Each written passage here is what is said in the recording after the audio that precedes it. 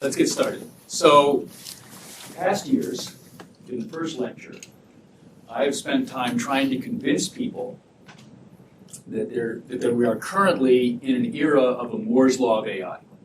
Now, I started talking about a Moore's Law of AI circa 2009, and I used to say, if we can show that we're making significant progress every year, whatever that means, it's going to get really interesting in a decade. And I used to have to try to argue for it. But I don't think I have to argue for it anymore. I think we all believe it now. And where we go from here is very exciting and unclear. So what I'm going to do in this lecture is still go through a timeline of deep learning, but from a somewhat different perspective.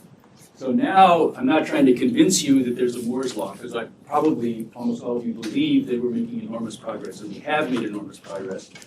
It's more about what the course is about. So what the course is going to be about are the conceptual ideas that are important in deep learning. And when I go through the history, I'm sort of going to go through when and where those ideas arrived. So let's start at the very beginning. In 1943, McCulloch and Pitts introduced the linear threshold neuron. And these slides are going to have certain words in red, and that's going to be what the course is going to cover. What appears in red is kind of a course outline. Yeah. Could you elaborate on what you mean by Moore's Law of AI? Like what is doubling or? No. So I'm saying significant progress, and I'm leaving that vague. I sort of believe in the vagueness of language. One thing that GPT-4 is very good at is handling the vagueness of language. So I'll leave it there. Okay, in 1943, McCulloch and Pitts introduced the linear threshold neuron. And the linear threshold unit remains the fundamental computational element of deep learning. You take a linear combination of inputs, you pass it through some threshold function, some nonlinearity, and everything is built out of that. So that goes way back. And it was originally modeled on biological neurons. But as computer scientists, we study this abstract, or deep learning uses this abstract model. 1962, Rosenblatt applies a Hebbian learning rule. That's an old neurological concept that I'm not going to talk about. In 1969, Minsky and Papert published a book called Perceptrons. And that book was largely an attempt to debunk perceptrons. And it actually kind of slowed research down in deep learning. They proved theorems like no one-layer network could represent certain things, like counting connected components. But they sort of ignored deep multi-layer networks. Okay, in the 80s, there's kind of a renaissance. Fukushima introduces the neocognitron. And this was a form of convolutional neural networks. So convolutional neural networks became very big later on. But this was fairly early. In 1984, Les Valiant defined pack learnability, and it really founded the field of machine learning theory. And he wins a Turing Award in 2010 for basically starting theoretical machine learning.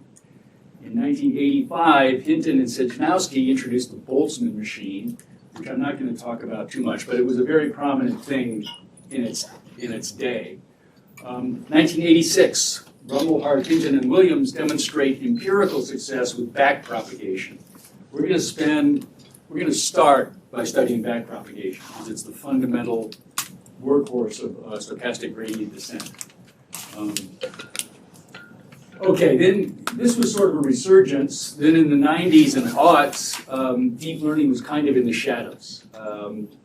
Schmidt-Huber introduced long short-term memories, LSTMs, a form of recurrent neural network. Jan LeCun does this work on convolutional neural networks, LaNet. That was kind of a rediscovery of the early work by Fukushima, but it got a lot more attention. And I actually remember Bengio's, the 2003 poster I went to where Bengio introduced neural language modeling. I was not a fan of neural language modeling at that time, but Okay, current era. Most people date the beginning of the deep revolution to AlexNet. So AlexNet dominated the ImageNet computer vision challenge. So in ImageNet, you had 1 million images, and each one was one of 1,000 categories, and it was a competition. You had to pick an image and label the category. And you would typically get 5 choices to get it right. So,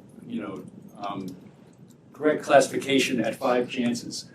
And at that time, in 2012, before this competition, the dominant paradigm for this provision was something called the deformable part model, actually for object detection.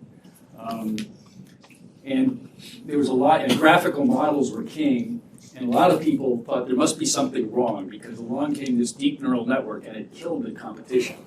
It was just a sudden leap ahead of all the competition at this task. In 2012, Google's speech recognition converted to deep learning. And both of these developments came out of Hinton's group in Toronto. In 2013, refinements of AlexNet, they had this ImageNet competition again, and the progress was significant for several years. The progress on ImageNet just kept getting bigger, better. Okay, 2014, neural machine translation appears. This was a sort of a dramatic development. I remember this conference, I remember this talk.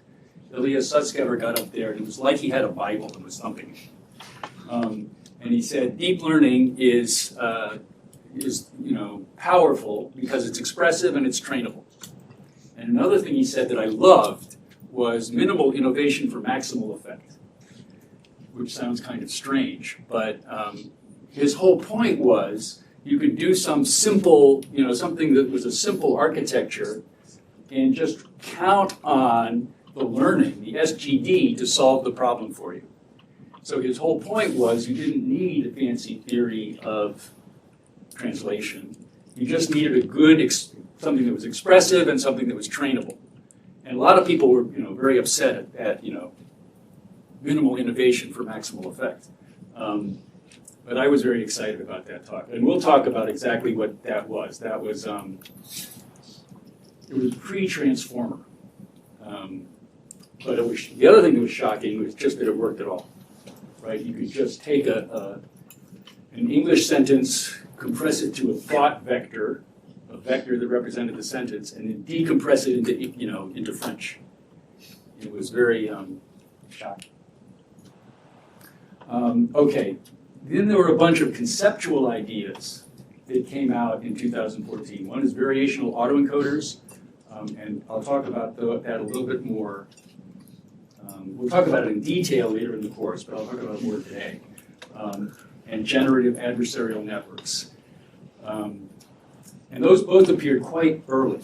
This is 2014.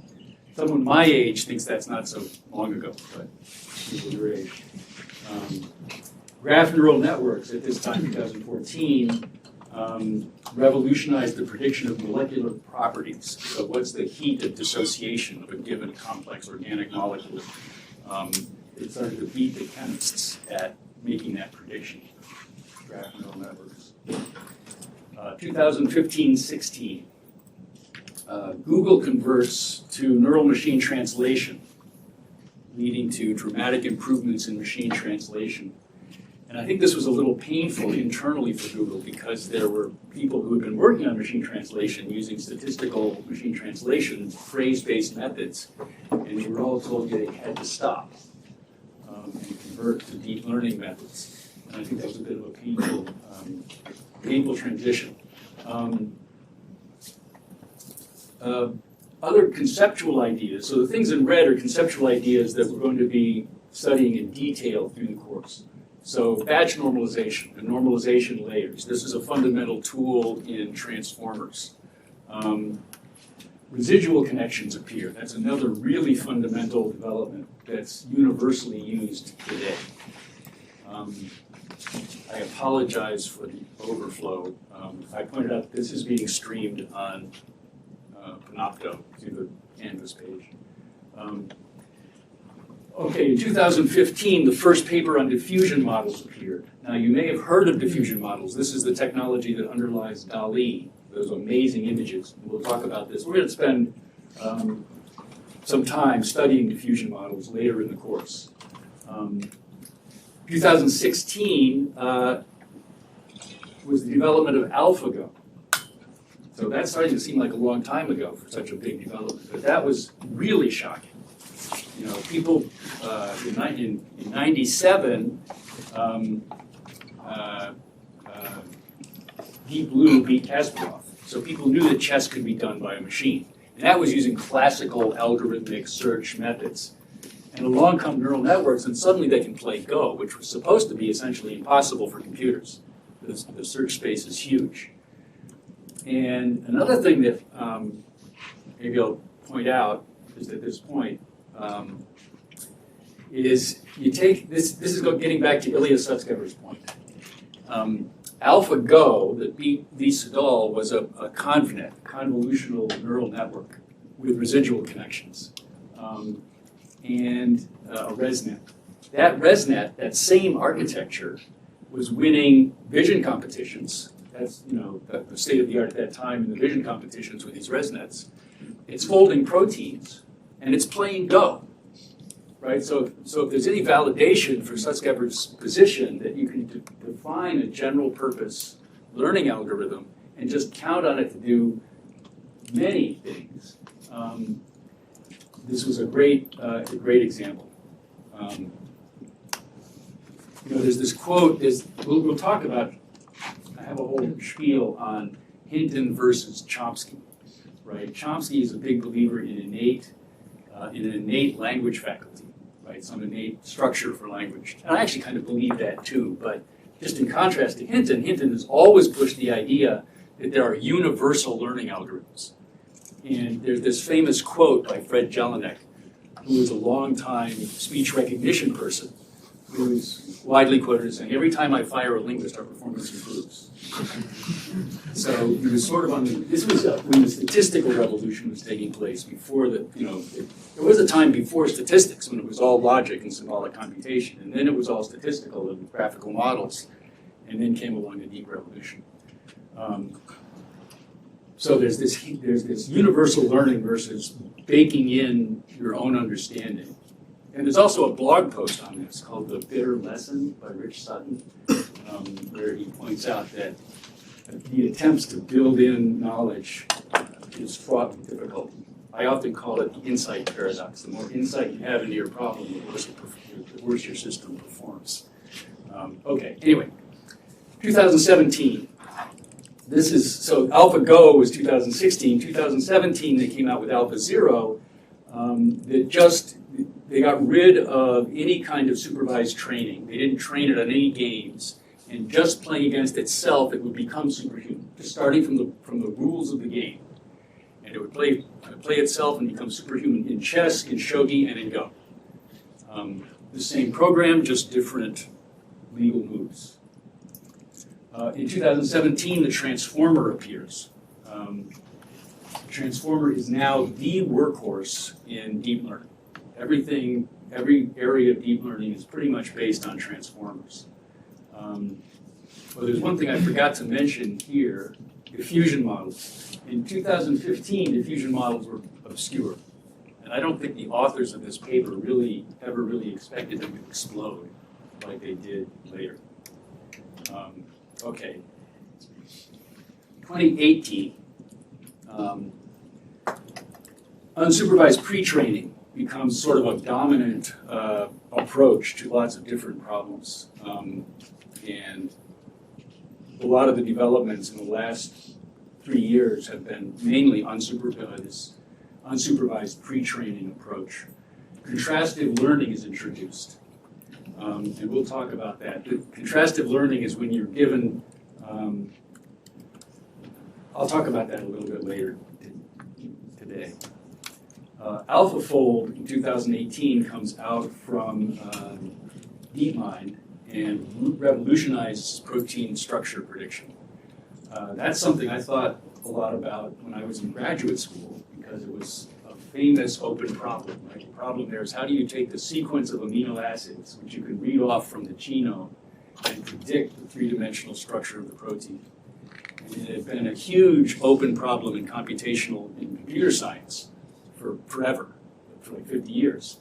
And AlphaFold suddenly got very accurate results on essentially all proteins. And later they published a corpus of all the structures of all the human proteins. Okay, this is a nice Moore's law slide. You asked about defining Moore's law. So this is progress on GANs from 2014 to 2018.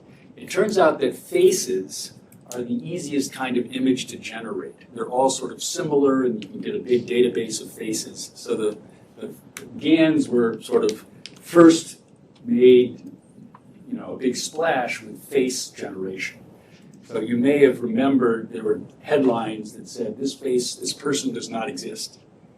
Right? So the last two people in this picture look like photographs, right? But the idea is these people never existed. This is just and we're going to talk about GANs. Okay, faces are the easiest case. What's a harder case is to take ImageNet. So remember, ImageNet is this big corpus of 1 million images, each one labeled with one of 1,000 labels. Can you train on ImageNet and sample a random and generate a picture that's representative of the typical ImageNet picture? So it turns out that's really hard. So if you look at, people didn't even try to do that, or when they did, they got junk. So what they did instead is called class-conditioned image generation. So what this means is you say, so ImageNet has 1,000 classes, you pick some common ones like dog, or flower, or butterfly, and you say, and you train a GAN. A GAN is this thing that generates an image. And I should say, let me just say a few words about how a GAN works. You have a corpus of images you're training it on, like all the dog images in ImageNet. You take a real dog image, and you let the GAN is an image generator. You let the image generator generate an image. And then there's something called the discriminator, which is a different neural network, which is trained to try to tell which one was generated by the GAN and which one came from the data set. And the GAN does well when it fools the discriminator. That's what a GAN is. The generator does well when it fools the discriminator.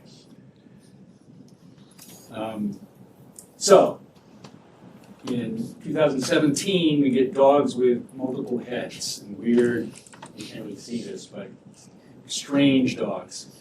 In 2018, this big GAN came out that was getting, so this is trained to generate dogs. You're getting good dogs. This is trained to generate scenes, I think, butterflies, hamburgers.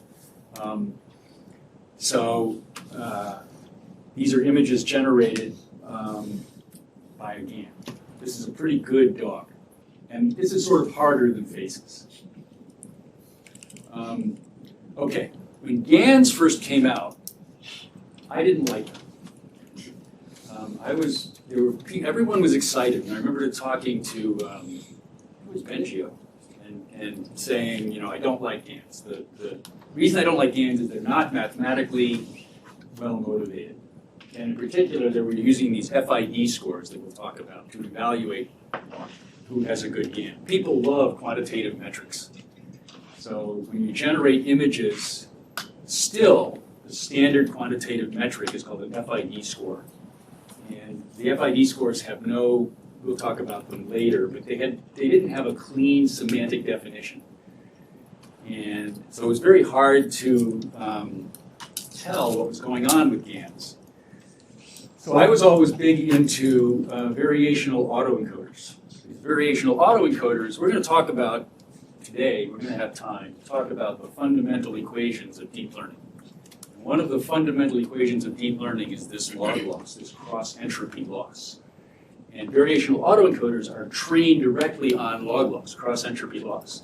So that was much more sensible to me, and I was very frustrated by the fact that GANs were getting such attention, these people do not exist, drawing these great pictures, and variational autoencoders kind of sucked. And then came along VQVAEs, vector quantized, and that phrase vector quantized should be in red. We're going to talk about that.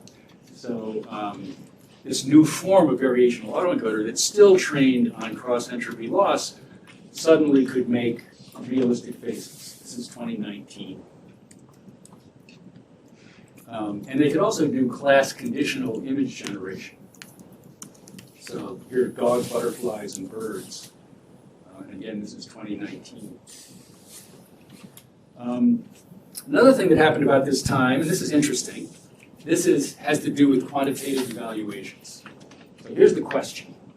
Can you design a quantitative evaluation that people can have leaderboard, can compete, have a leaderboard, who's scoring the best, like ImageNet, that's evaluating how well the machine is understanding English? Okay, so there was this leaderboard, I'm showing you a leaderboard, on something called GLUE. GLUE is General Language Understanding Evaluation. So it was a combination of, I think, 8 or 9 different scores, different problems, data sets, and performance measures, all of which were intended to measure understanding. And one of them was called the Winograd Challenge. So in the Winograd Challenge, you say, the trophy did not fit in the suitcase because it was too big. You say, what does it refer to? The trophy or the suitcase? You say the trophy, well, if it didn't fit, the trophy was too big, right? But if I say the trophy didn't fit in the suitcase because it was too small, now what does it refer to? Right? It must refer to the suitcase, right? Because it didn't fit. So the question, so they were all of the same form. There was some sentence with a pronoun and a one flip of one word. And that flip of one word changed the semantics, right? So it was supposed to be challenging. But what people discovered is that no matter how hard they tried to develop a leaderboard metric that measured understanding, the machines would win, beat people. It took a while to really convincingly do Winograd, and it's not quite beating people, but on the average over these 9 things, you can see the bottom line here is the human baseline at 87%, and the leader of the winner board, these are all above human baselines, and the leader is at 90%. So this was 2019. Okay, so in June 2020, Facebook released Wave to Vec. This is a contrastive learning system that takes sound waves and converts the sound waves to a sequence of discrete phonetic units. I'm tempted to call them phonemes, but there are more of them than there are natural vocabularies of phonemes. So they call them pseudo-text units. And this turned out to be this whole idea of vector quantization and then modeling sequences of phonemes, or text units in this case, modeling sequence of discrete symbols, which is what a transformer is good at, interacts well with vector quantization. It converts, say, sound wave into a sequence of symbols. And they showed that this dramatically reduced the amount of training data. So if you pre-train your system to convert sound waves to tokens in a way that's motivated by faithfully representing the sound wave, making the sound wave recoverable from your sequence of tokens, and you pre-train on a bunch of sound, you can dramatically reduce the amount of transcribed data that you need. So normally in speech recognition, you have, here's a sound wave, here's what the transcription is. And that gives you a kind of speech recognition training pair. But here they're pre-training on just speech, getting this phonetic representation, and then training the speech recognition system. And they found that they could dramatically reduce the amount of training data, of actual labeled training data. So training 1 hour was equivalent, in this system, was equivalent to a word error rate of 100 hours in the traditional approach. February 2021. This is generative spoken language modeling. So this was very similar to Wave to Vec. It's a VQVAE. It's like a language model. So you're all familiar with GPT. GPT is trained on just text and, quote, predicting the next word. This is trained on just sound.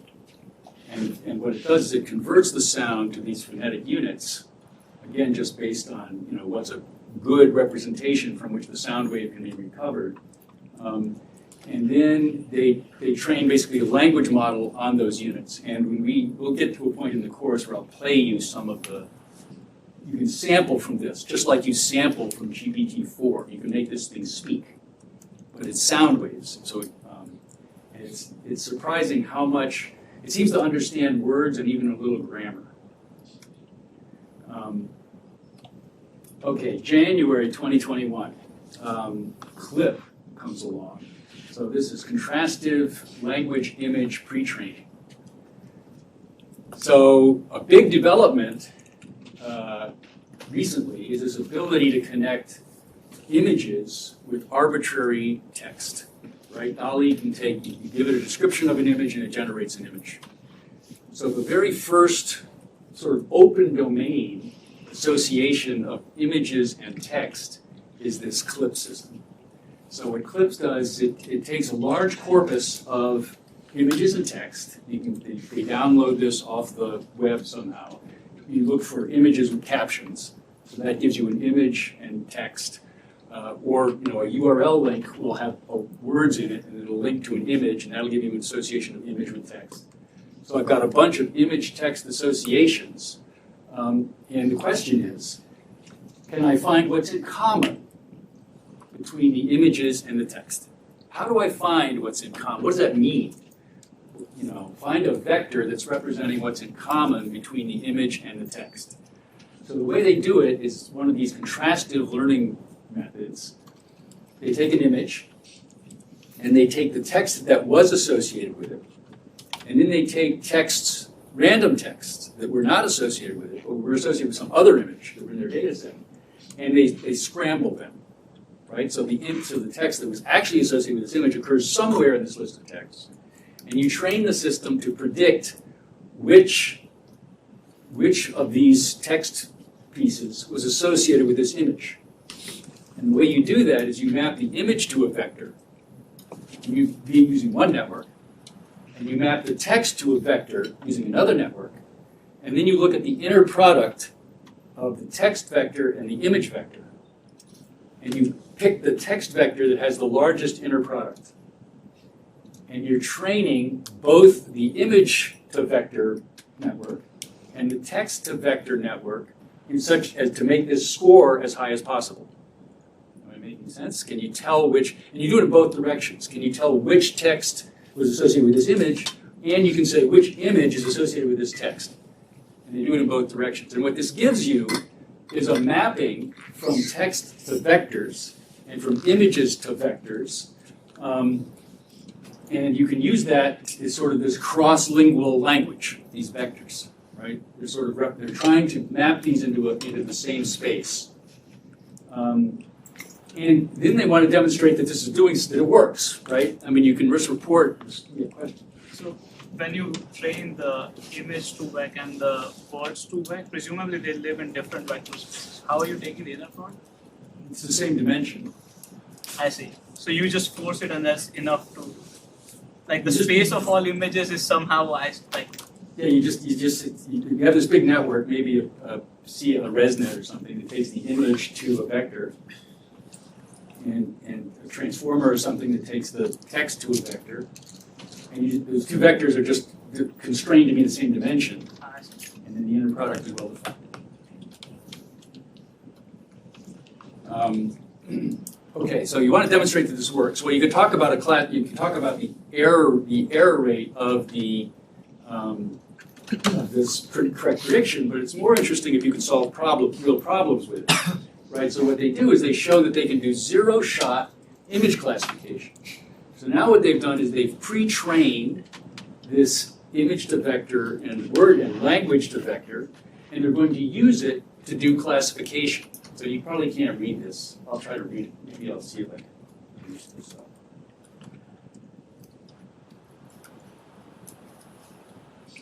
So I take an image, and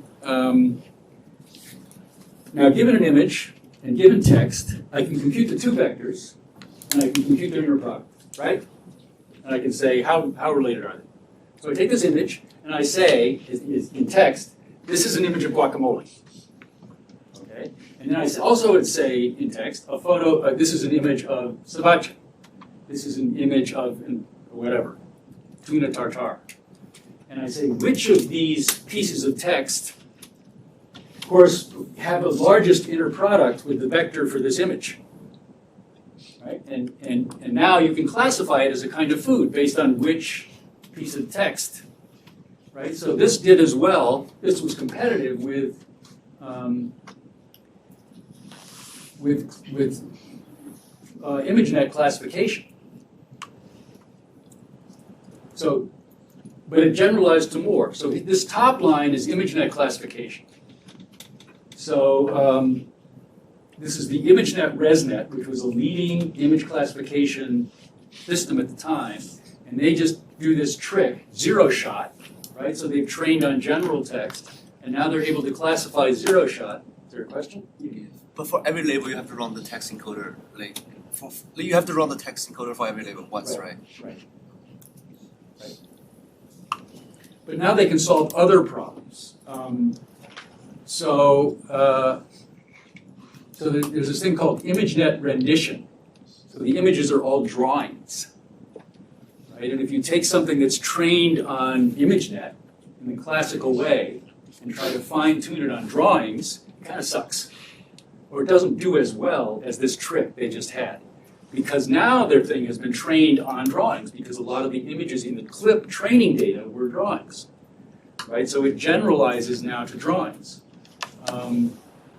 And they have different domains here, different data sets. ImageNet rendition is a drawing one. Sketch, ObjectNet. Anyway, that was part of their point. They could generalize.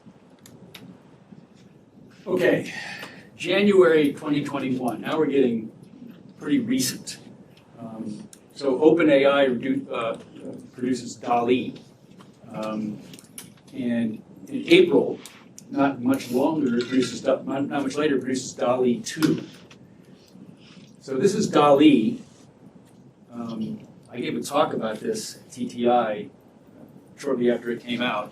This is based on vector quantization. And there actually remains sort of a big competition between vector quantization approaches to image generation and diffusion approaches. And I was big into arguing that I have a blog post called Vector Quantization is Inevitable. Vector quantization is yeah, right. It's going to be with us for a while. So anyway, this is doing some kind of VQ-VAE representation of the image. And it's based on, this is now based on CLIP. And DALL-E 2 is also based on CLIP, but these are nice cute drawings. So here they're saying the prompt for this. So this takes a prompt and it draws a picture based on the prompt. And it's using this shared space. So this prompt gets turned into a vector that's fed to the image generation system. And an illustration of a baby daikon radish and a tutu walking a dog. And this was shocking to me, right, that it could do this. It actually generate something like this, an armchair in the shape of an avocado. Really. And then DALL-E 2 came out. And this is where I start to feel like, there's all this issue of quantitative evaluation, right? As academics, we love to compete. We love to have leaderboards. We love to train on some score, but I'm calling the current era the holy shit era. You don't look at the leaderboard, you look at the pictures and you go, holy shit. So the prompts associated with this are, This is just crazy stuff. I mean, you've all seen this, but I'll just read some of the prompts. Vibrant portrait painting of Salvador Dali with a robotic half face.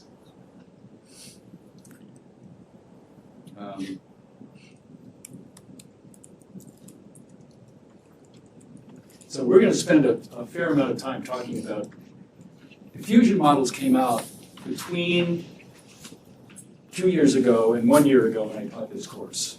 And I was like, holy shit, I got to learn diffusion models. And the mathematics of diffusion models is not trivial.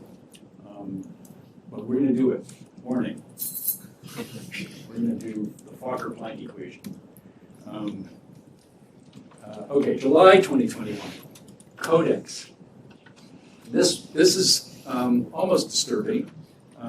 You can ask the machine to write code, and it can. And this was based on GPT-3. It's gotten better. GPT-4 is better. This is also, they talk about training the base model. So you've all heard about predicting the next word in language models. So that's how you train a base model. And then you fine tune it, or these days you do reinforcement learning with human feedback and instruction training. But they did a lot of work on top of the GPT-3 base model to get it to write code. The demo, if you haven't seen the demo for this was pretty compelling. January 2022, this is getting more recent. This is when chain of thought emerged. So what is chain of thought? So we're going to focus on prompting the language model. So instead of just talking to it, you design an initial prompt. You design something that you tell the language model that gives it guidance in what you want it to do. So this is the problem they were looking at was word problems in arithmetic. So here's a word problem in arithmetic about computing addition for these balls. Right? He has 5, he buys 2 more, he buys 2 cans, each can has 3 tennis balls. How many tennis balls does he have? And the machine gets it wrong. So this is a training example. This is a prompt. You give this as a training example. And intuitively, you want the machine to follow this pattern. So this was simply, here's the problem, here's the answer, here's another problem, give me the answer. Okay, the machine is trying to follow the pattern. So in chain of thought prompting, you add something, you don't just give it the answer. You give it the answer after you give it a reasoning chain that produces the answer. Right, so here's the story's the same, but instead of saying the answer is 11, you say Roger started with 5 balls, 2 cans of 3 tennis balls, each is 6 balls, 5 plus 6 equals 11, the answer is 11. And then when the machine tries to repeat your pattern, it tries to repeat the reasoning chain, and its score on these problems goes up significantly. And then there was a paper from Japan that noticed that you didn't need that fancy and that specific a prompt. If you simply gave it a problem and then you said at the last thing in your problem statement is, take it step by step. It did that automatically. It would generate a chain of reasoning step by step. And this addition to your prompt, take it step by step, actually made the answers more accurate. This is one I liked. Now we're in September of 2022, like a year ago. This has something to do with Mojo question. Is this an example of in-context learning or not? Yeah, I would call this an example of in-context learning. Yes, thanks. Thank you. Learning something from what's in the prompt, in the context. Okay, this next one I like. This is a case study in Mojoku. Mojoku is this physics simulator, and you can build models of the human body. And and you can build controllers to try to control your model of the human body in a 3D physics simulation. And you can try to use deep learning, use gradient descent, to get your humanoid in this simulation to walk or to run or to do parkour. And they had already done parkour. I don't know if you've seen these videos or not, but they've got this humanoid in Mojoko jumping over things and doing parkour, but all the time it's doing this, doing weird motions with its arms that no human would ever do. And they show videos of learning to walk, and it gets stuck in local minima. Like babies do this when they crawl. It seems there are like 4 or 5 at least different crawls, and different babies fit into one of the different crawls. But by the time they learn to walk, they all seem to converge on walking. So anyway, finding an optimal motion for the human body seems to be very hard. And I thought that this was a great area for research because it seemed clear that there was an optimization problem that was not being solved. And that's like a optimization challenge, right? It must be, and I still think that's true. But what they did is they used motion capture. And they used motion capture on actual soccer players. And they started by training a system to emulate the motion that they had captured. And then on top of that, they played 2-on-2 soccer games. And they used reinforcement learning to further train the actual play of the passing and shooting and blocking, and it worked. And the demos they look really good. So I've always wanted to do, I've always thought somebody should do motion capture and see, what you can do, what the optimal solution actually is. So I was very happy to see that they had done this. Okay, now we're getting really recent. So this is March 2023. You've all heard about GPT-4, right? So GPT-4 is a dramatic improvement in conversational abilities and apparent understanding of common sense. Gary Marcus almost made a career out of saying, well, it can't do this, and do that. It can't do this, and do that. And it's getting really harder and harder to find the things it can't do. A lot of the common sense examples, you can still get reasoning examples that GPT-4 doesn't do, but you get the feeling that just wait for GPT-5 and see what happens. There were some twists on this. So I said there's a base model, right? So the base model is trained just on predicting the next word. And I hate that way of phrasing it because we'll talk about, we're going to talk about that right today. Predicting the next word is just one way of predicting the probability of a block of text.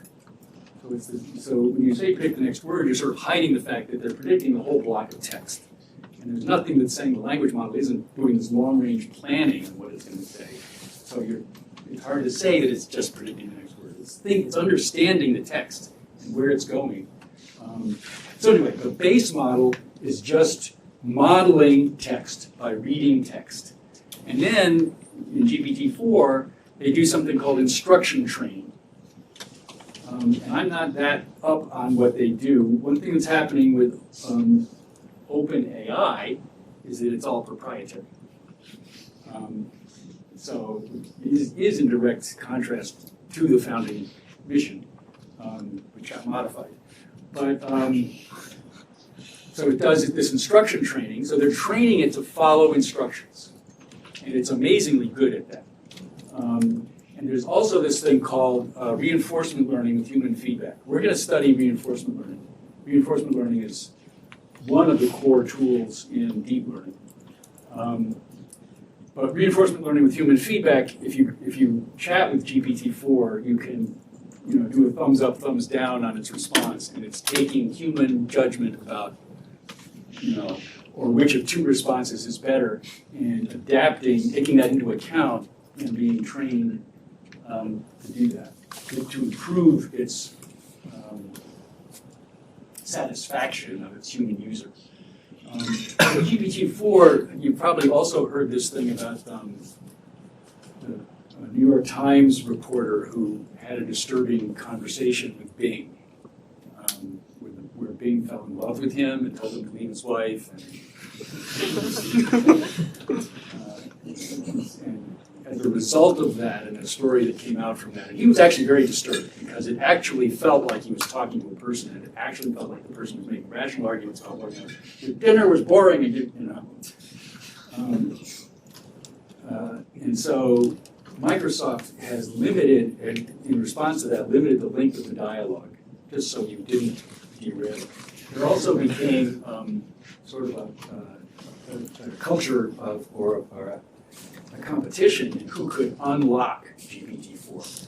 So GPT-4 has this prompt that they don't show you. It says things like, you know, be nice, or, you know, I can't remember. It has a prompt that gives it a certain personality. You can, by, you know, giving these language models a certain starting dialogue, you can establish a personality for the model going forward. And they talk about jailbreaking it, sort of flipping it into some other personality. Or they even got it to, someone got it to reveal its prompt, which was not supposed to be, which was supposed to be hidden and proprietary. So it also has a tendency to hallucinate. You've probably heard the word hallucinate. That's when it tells you a bunch of stuff as if it's facts, when it's just making it up. Like it'll tell you, you'll ask for a citation on something and it'll just make it up. And it'll look perfectly plausible. And there's this jailbreak phenomenon. So concerns over AI safety have been growing because these machines look like they're, you know, I think the title of this, or at least one of the articles, was Sparks of AGI. So people worry that we're getting close to artificial general intelligence. But not everyone is concerned and not everyone is convinced. Okay, right now, this month, DALL-E 3 has just been announced, and some images. How many people have seen the announcement of DALL-E 3? Jesus. Many of you. Today, there was a new blog. As I was revising these slides, I noticed a new blog post from OpenAI that ChatGPT is going to start taking speech input, taking images input, and speaking back to you. So it's going to be much more human in the sense of you'll be able to talk to it and it will talk back. And Karen Levesque, who's a professor here, she was just here last week, and she asked me if I kept track of the advances in speech processing. And I said no, and she said, well, it's been quite amazing in the last year, and I need to figure out exactly what she's talking about. But she did say it's in the direction of this automatic, unsupervised phonetic transcription technology. So you take sound waves and you model the sound waves by vector quantization and train them as sequences of phonetic symbols. And then you can augment that with text data. And apparently it's gotten significantly better in the last year. Okay. Open problems. Here's some reason for skepticism. And this is something that I'm actively working on, although it's probably too hard. The math zero, these are problems that we have not solved. So the math zero problem. So as soon as AlphaGo came out, myself and others thought, oh, you can learn chess, you can learn shogi, you can learn Go, you can learn mathematics. Mathematics is a formal game, right? We know the axioms, we know the rules. Could it, through self-play, become a superhuman mathematician? So it's an exciting idea. And many people ask that question. And there's a meeting called AITP, AI for Theorem Proving. And the theorem proving people are trying to incorporate deep learning stuff. And the deep learning people are trying to do theorem proving. But this is very far from being solved. The auto-formalization problem, this is a related problem. Christian Szegedy, who was at Google and who is now at XAI, and Musk has described XAI as going to be the source of truth GPT. So truth GPT is going to tell you what's really true. It's going to agree with Musk, right? So I think he was attracted to this idea that mathematics is true, sort of this ultimate truth, something that has absolute proof. So he hired people who were interested in this, and there was a manifesto written by Christian Szegedy on autoformalization. And the idea behind autoformalization is compelling, right? Could you read mathematics papers, translate them into formal content, into actual formulas, and machine verify them? And then so the idea is you get this synergy, right? If you get the formalization wrong, you probably can't verify it. And if there are many different formalizations, probably one of them is, when I read a math paper, I'm like, did he mean that? Did he mean that? Well, if he meant that, I can see why it's true, right? And it helps me disambiguate what's true. Helps me disambiguate the text. So you could get this synergy between the formalization process and the reasoning process. So that feels very compelling. But again, we're very far from it. And then there's the proof assistant problem, right? So there's this system called Lean, which is what the mathematics community uses when they want to formally verify a theorem. And so it's the dominant system among mathematicians. But it has the problem that if you look at how long it takes a mathematician to write a paper, they've thought through the proof, they write a paper, they send it to a journal, the editors or somebody, the reviewers read the paper, read the proof, and if it's done right, they see it, the proof is correct, it gets accepted. All right, so let's say it takes 3 months of work for that mathematician to write that paper. To take that same theorem and get it through Lean, right, is going to take like an order of magnitude more work. The machine can't see the leaps that either the mathematician or the reviewer is taking when they read the proof. And they don't even realize that they're taking large formal leaps. But when you go to verify it, it's really hard. So people are trying to in Lean, there's this thing called a tactic. You can call a program to try to prove something.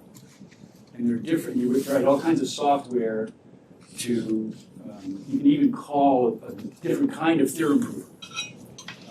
So there are all these tactics in the programs you can call to try to solve it. And people have developed tactics for Lean that try to use deep learning models. And although they can sort of show, they can show some boost, it's not caught on, right? The Lean community is not actively using AI tactics to drive Lean.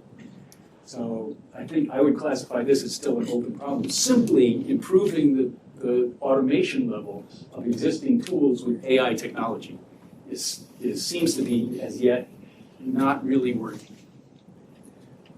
And this is related to the question of whether the machines can really think, can really understanding at a logical level what they're talking about. So what are we going to do in this class? So I'm going to try to focus on architectural ideas. Right? So there are all these things in red as we went through the material. And there's sort of application advancements. The model generation systems get better. But they often get better just because there's a lot of engineering and fine-tuning that continues to go into it, rather than some fundamentally new idea. So what this course is going to be about is the intellectual ideas that provide sort of the scaffolding for deep learning. And so I've just made a list of them here. Linear threshold unit, CNNs, convolutional neural networks, backpropagation, recurrent neural networks, natural language modeling, variation autoencoders, generative adversarial networks, graph neural networks, normalization layers, residual connections, blah, blah.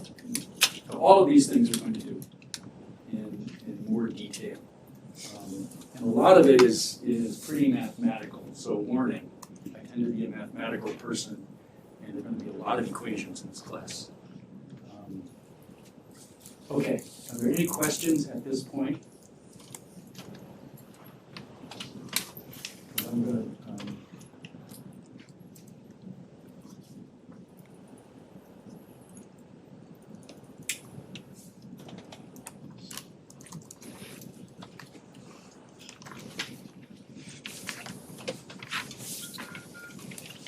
seems good. Can you share your thoughts on AI safety? Or is that... Yes, I'm not too worried. I just wrote a blog post 2 days ago on AI safety. My blog is called Machine Thoughts. Let me just, you hear why I'm not too worried. I think I like to make predictions. When I was in high school, I read a book on information theory, and I was absolutely convinced that if you could model language perfectly, you would have to understand it. Just information theoretic. And that turned out to be exactly what happened. So anyway, I'd like to make predictions. I think the way it's going to go is we're going to develop personal advocates, sort of personal servant agents, and there'll be one for every person. And furthermore, because it's a machine, you'll be able to watch what it believes and what it thinks. And it's going to have a mission of supporting you, and somebody else's agent is going to have a mission of supporting them. So the fact that there's a society of them makes it safer because they can gang up on each other, and the fact that you can read their thoughts, and the fact that it's your servant. So my personal thinking is that it's going to be very exciting and very safe. Yeah. And how far do you think we are from that, from having the personal agents? Anywhere between 2 and 10 years. Soon. Yeah. How do you think as PhD students can get involved in this industry? Because I'm feeling like if you have some thought that is important and you work on it and people already solved it, and then your work doesn't matter. And so how do you think we can get involved in this fast growing and the trending topics? It's a very good question.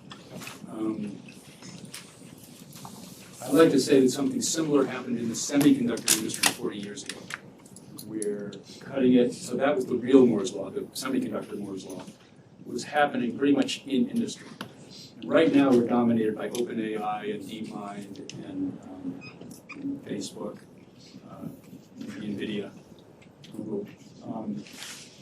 And they have not just the compute resources, but the person power to really do amazing things. And one difference I like to also point out is that when they publish a paper, there are 15 authors. And each one of those authors is maybe publishing one paper a year, which means the amount of work they're doing per paper is much more than you see in academia. I don't know what to say about that. I mean, academics, students sort of need to crank out a lot of papers, but it feels like the research itself would be more groundbreaking if we were investing more time per paper. So I don't really know the answer to that. I mean, I'm personally a little frustrated. I would like to think there's a secret sauce that we have not found. Right, that's, for example, going to make these mathematics things work.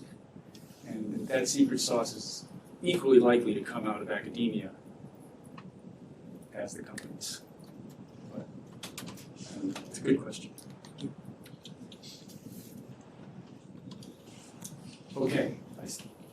Yeah. Do you think the ultimate goal is equally robotic? Multimodal. Well, I don't know when. You spoke of servants. Yeah. But not that kind of servant. I don't know if you've seen the movie Her. There are a lot of people laughing.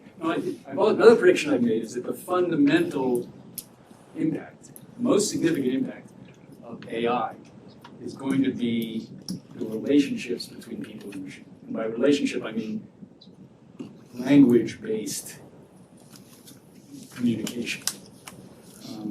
And think about, when I say advocate, they can be your lawyer. can write a resume. They can make contacts with other people, just through language, through dialogue. They can organize your schedule, your calendar, even though that's kind of trivial. But they can also, presumably, if they're really smart and they're really AGIs, they can also talk about the meaning of life. I mean, it's going to make a big. I think my prediction is that's going to be the fundamental impact. A little creepy.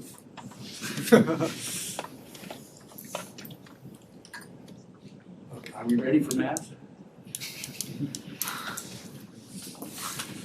Fundamental equations of deep learning. What is a deep network? This is a deep network in 2014, VGG. So it's taking an image. This network takes in an image, and it's solving ImageNet. What it means to solve ImageNet is it takes the image, and there are 1,000 possible labels this image might have. And it's going to produce a probability distribution over those 1,000 labels as to how probable it thinks that label is for this image. Okay, but the point I want to make is that this has 138 million parameters, which means that what we're going to do in training a neural network is find a setting for each of these 138 million parameters that makes this thing work. Okay, and what does it mean to make this thing work? Well, we want the probabilities to be accurate. Well, you would love it to say, with probability 1, it's the right answer. With probability 0, all the wrong answers. But of course, you're not going to get that accurate, so it's going to produce a probability distribution, and you want the right answer to have as high probability as possible. But the point of this slide is that there's just this parameter vector, it's a 138-dimensional parameter vector, and the purpose of the training is to find a setting for those parameters. Now, I love abstraction. I love to be as abstract as possible. I'm often quoted as saying, examples confuse me. It's actually true. It's actually details. I'm often more comfortable with the abstract definition. Okay, so here's the abstract definition of our problem. We have a set of inputs, x, and a set of possible outputs, y. I'm not going to tell you what those sets are. They're abstract sets. Okay? And we're going to have a parameter vector. I'm not going to tell you what it's parameterizing. It's just a high-dimensional vector. Okay, but there's something down here in red, which is the probability. So I'm going to assume, I'm going to assume one more thing. I'm going to assume a probability distribution over xy pairs, which I haven't mentioned on this slide. So we're going to have training data, which says, I've got an image. Okay, here's an example. Sort to an example. I've got an image and a label. Right? So x is an image and y is a label. X is, and what I want to do is produce a probability distribution. This model is going to define a probability distribution over the labels given the image. And but we can do this very abstractly. Right? It's not about images. It's about an arbitrary input x and an arbitrary set of outputs y. And the model is assumed to produce this probability, the probability of y given x. Yeah. I know that you're using GPUs to train, and they are sort of built in for doing vector manipulations. Is there otherwise good fundamental reasoning why the parameter is an element of a vector space, or why can't it be a more general manifold or something? Could be. I could take it. And in fact, when I start talking about generalization theory, I'll open that up and say you have a space of models, an arbitrary space of models. So I think the answer to your question is I could take this another level of abstraction, but this is going to fit. This is going to allow us to do SGD.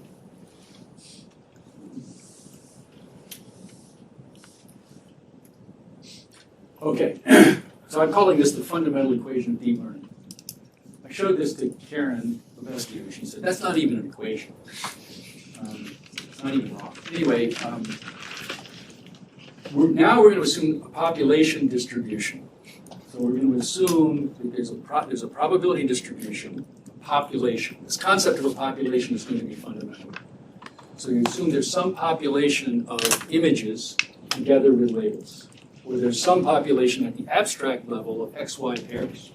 So I can draw an XY pair from the population. I used to get in arguments about whether this notion of a population, is there a population of English text? Like, is there some probability distribution over articles? I'm getting into philosophical debates.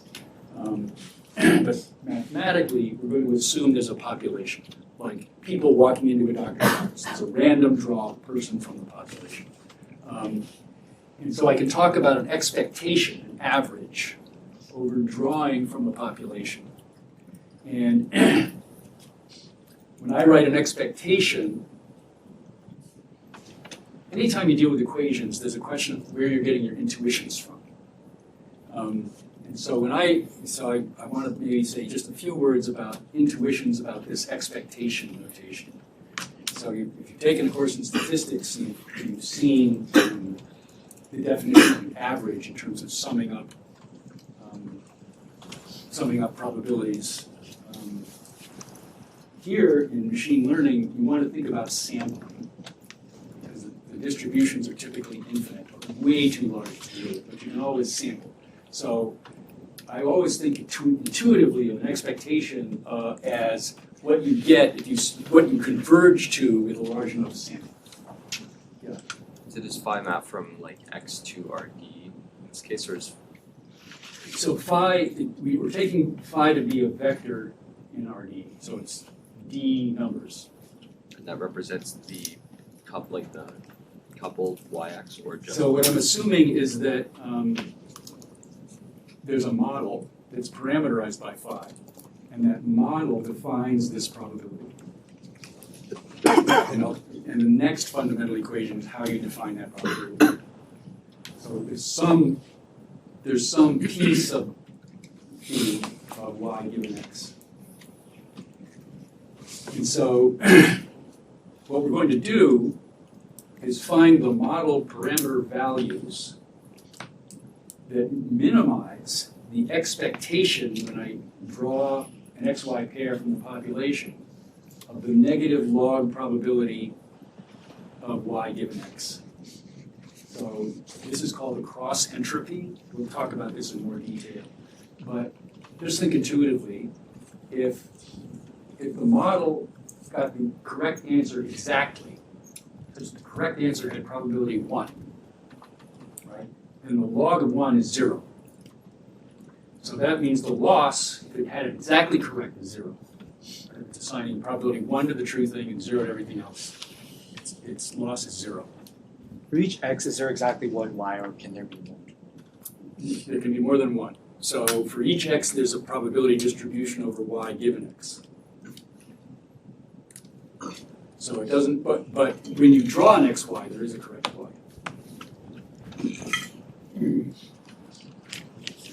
Right, so it could have lost 0. Now, if the probability is less than 1, say a half, or 1 over e or something, say it's a half and this is log 2, then the log of that probability is going to be a negative number, right? The log of a half, say, is a negative number because it's less than 1. So when I take its negation, I get something greater, I get a positive number. So this loss is always going to be greater than or equal to 0 by putting that negative sign in there.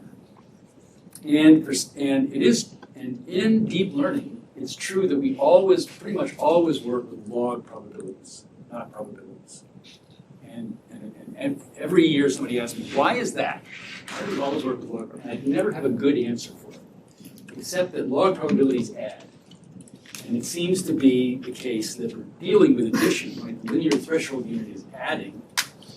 So somehow it's better to think of the thing that's adding as log probabilities than probabilities. But it's not a clean, it's not a great answer. So this is the fundamental equation of deep learning. Here's the second fundamental equation of deep learning. We're going to start from a score. So I showed you that network, the thing that took an image and went down and got a probability distribution over images. So what it's actually computing is a score for each label.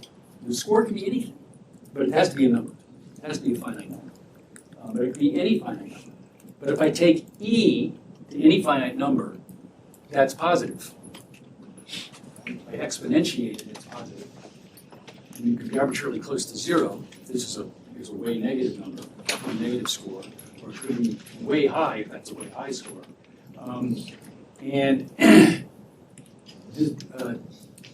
The second fundamental equation, so the second fundamental equation is the way of turning a score into a probability. So the network just produces a number, a score, and that's converted to a probability using this softmax operation. And this is still today the universal way of computing probability distributions in deep learning. It's called a softmax. So what the softmax does is you've got this score S, and what we're going to do is compute this probability of y given x by exponentiating the score, and then taking the set of all possible y's, and we're going to make this sum to 1 by computing a normalizing factor. Right? So we're going to take the sum over all the possible y's of e to the score, and if I divide by that, this becomes a probability distribution. And this is called the softmax. And the reason it's called a max is if there's one score that's significantly higher than all the others, then its probability is that difference gets exponentiated, and it becomes by far the most probable value. Yeah. Why use E and not some other like base for the exponential? There's no reason for that.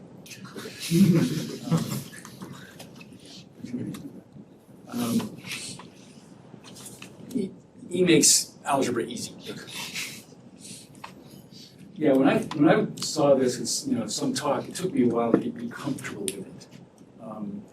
So when you write softmax over y of some score, this thing is denoting a probability distribution over y. Right? So it's sort of like you're not. Y remains sort of a free variable in that expression. It's assigning a probability to each value of y. So in this network I just showed you, there's this orange block at the very end. And that's the softmax layer. So that's computing the softmax over 1,000 possible labels. So now, I love the word regime. There are different regimes of this abstract definition. And the regimes depend on how many labels there are.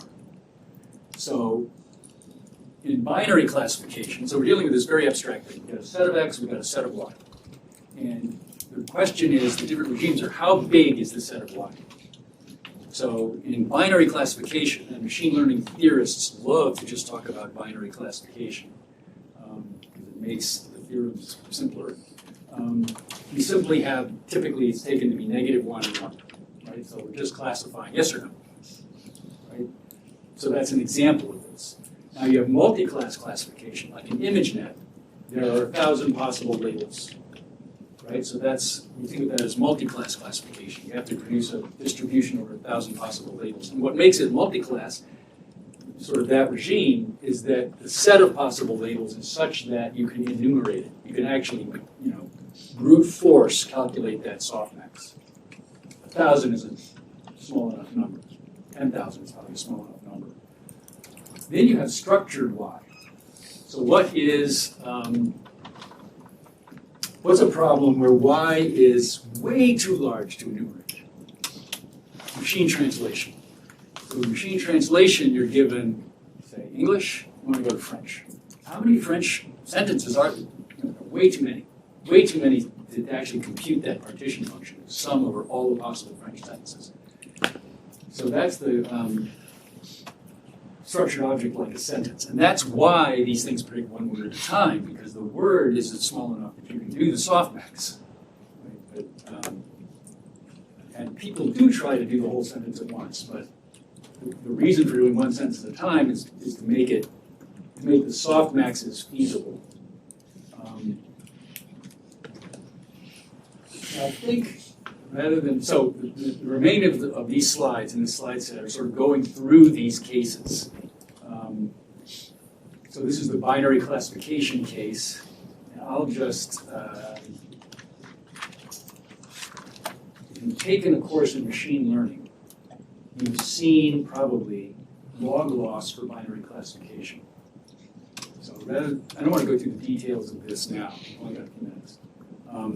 But the point here is that this fundamental equation I showed you, this fundamental equation, the cross entropy loss, if you do it for the binary case, if you take y to be either -1 or 1, and you work it out for the binary case, it turns into log loss. So this red curve is the log loss. So this is the formula for log loss. So, and this is just pointing out, this is just doing the two examples that I just mentioned. And here's the fundamental equation. So another point I want to make in 3 minutes is here it's formulated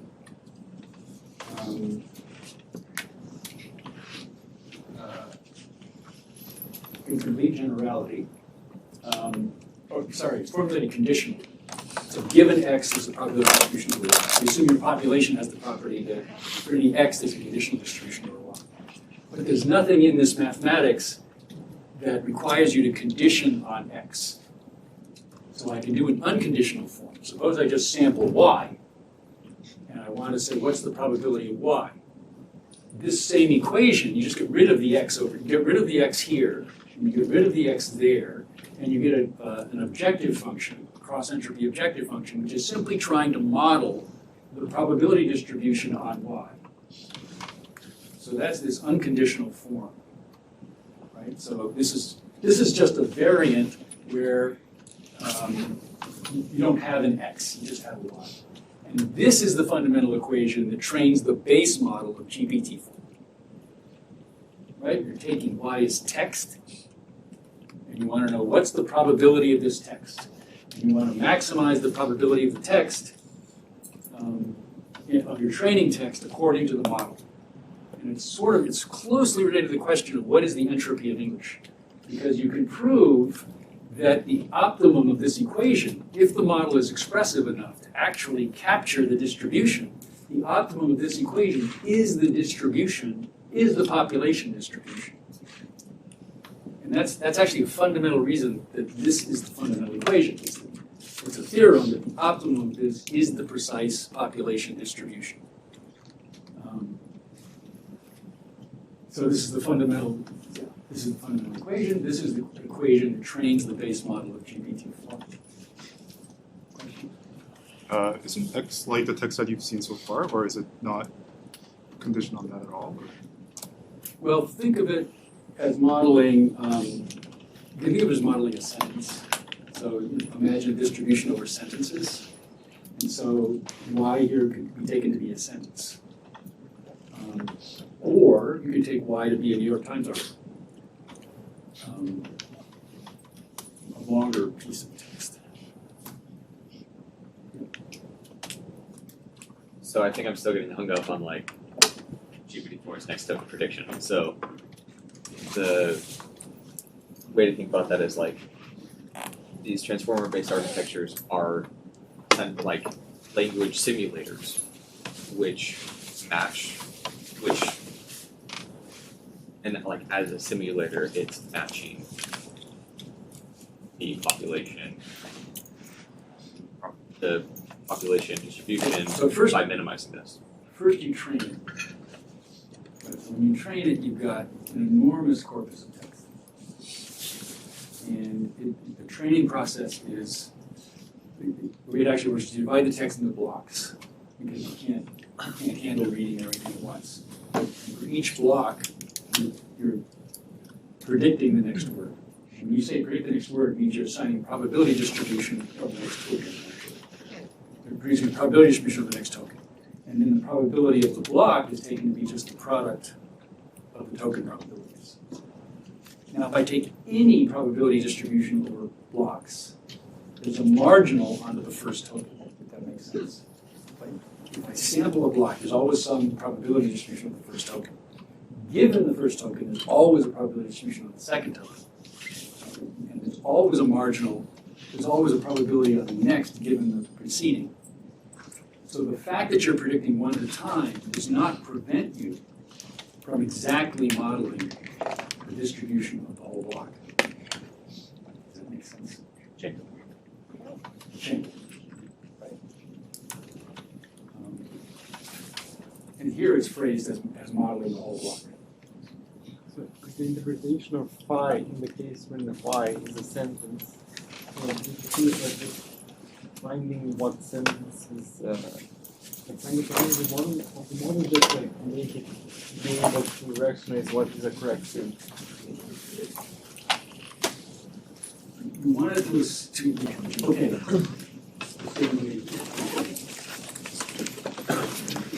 Thank you. Thank you.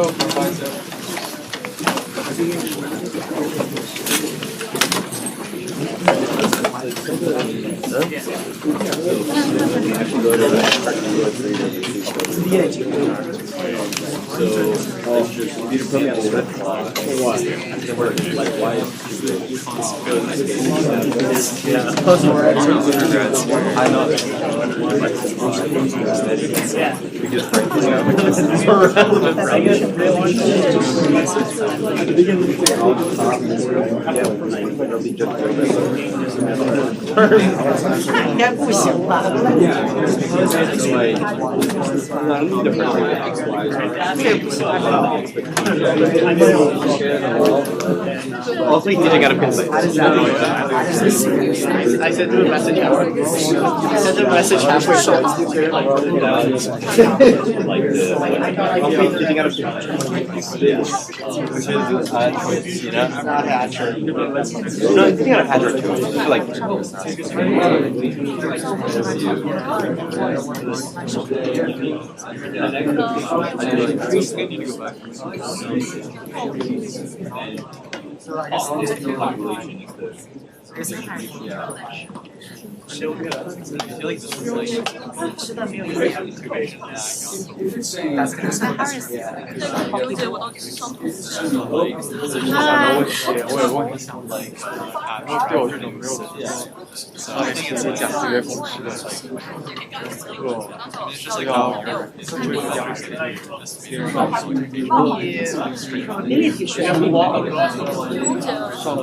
就如果你 probability 非常强的话，可以。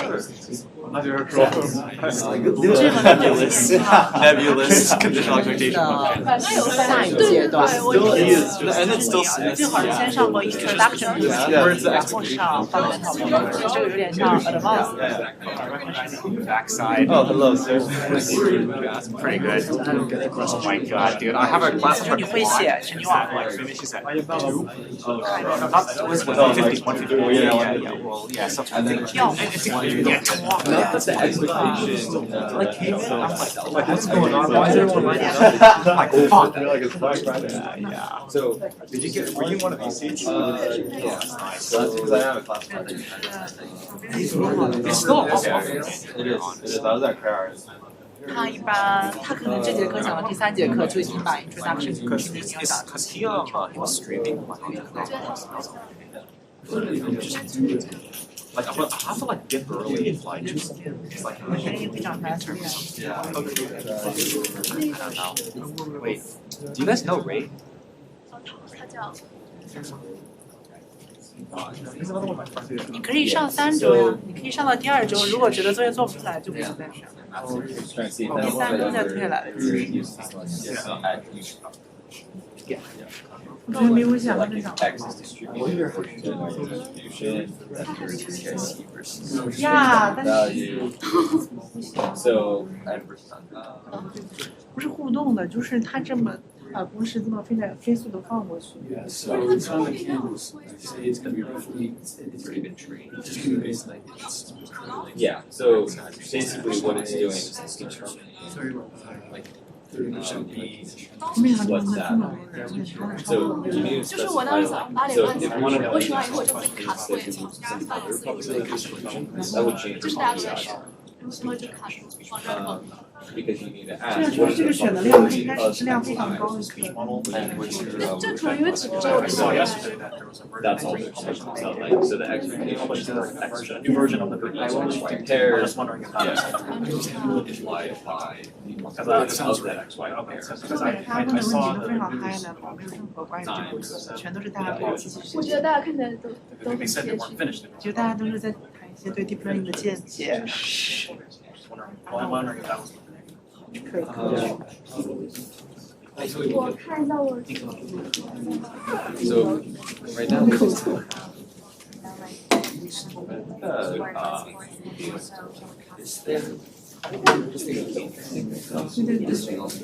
and it was just switching over. My pairs, then 是选不了。 Send me email. CS 的 requirement 没有选。 but then like we're assessing remote using set expectations. So 这个 already been trained and now 应该会很多人没劝退的。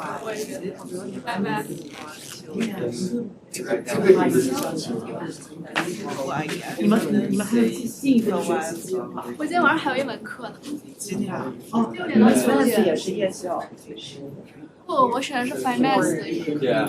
Finance 也是夜校。对，我喜欢选的也是讲这种的，然后我可能从那几本里面选。 It's a good question. I think generally it's getting back to like So they talk about decoder decoder models, and they talk about decoder only models.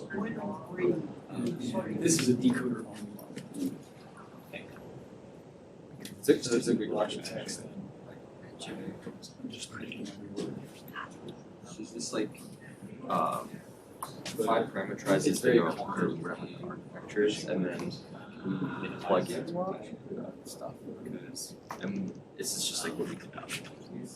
Our ability with respect to because like Well, the model computes. Yeah, it's doing some sort of solution, but I now that I've seen it, why is that like with respect to what is desired outcome? Or it's a good question. Real world It's like example we Well, get I mean, probably why is this? In some sense. image. I see. So inputting y is like a high confidence rate. High probability. I see. You want to you want to overdrawing Y from population. You want this probability. So it's like it's already been trained. Well, you can train it to do that, right? This is an optimization. You say argument, you want to minimize this quantity. well, I mean, Oh, I see, I I don't see. know So you're how going to do that's SGD to used as a question, but like, sorry, a real world example that I just thought. Also, I'm just thinking about what usually scores. So I'm still like checking accuracy scores. Or Yeah. you said This year might be different. What is Last year, I mean, so the way you compute an accuracy score is you say like, okay, as these are addressed. if got 0, did I if the label is 0, did I predict 0? If it was 1, did I predict 1? Yeah, if there's a tally of how many of those can I correct and divide that by the total. Why don't you, That is an expectation. There you is the can expectation submit a consent request. of like the And apparently I have the power to equal. So go over the enrollment limit through the consent requests. Okay, and that's does that You should. like I know that that's kind of like an example. Well, I Yeah.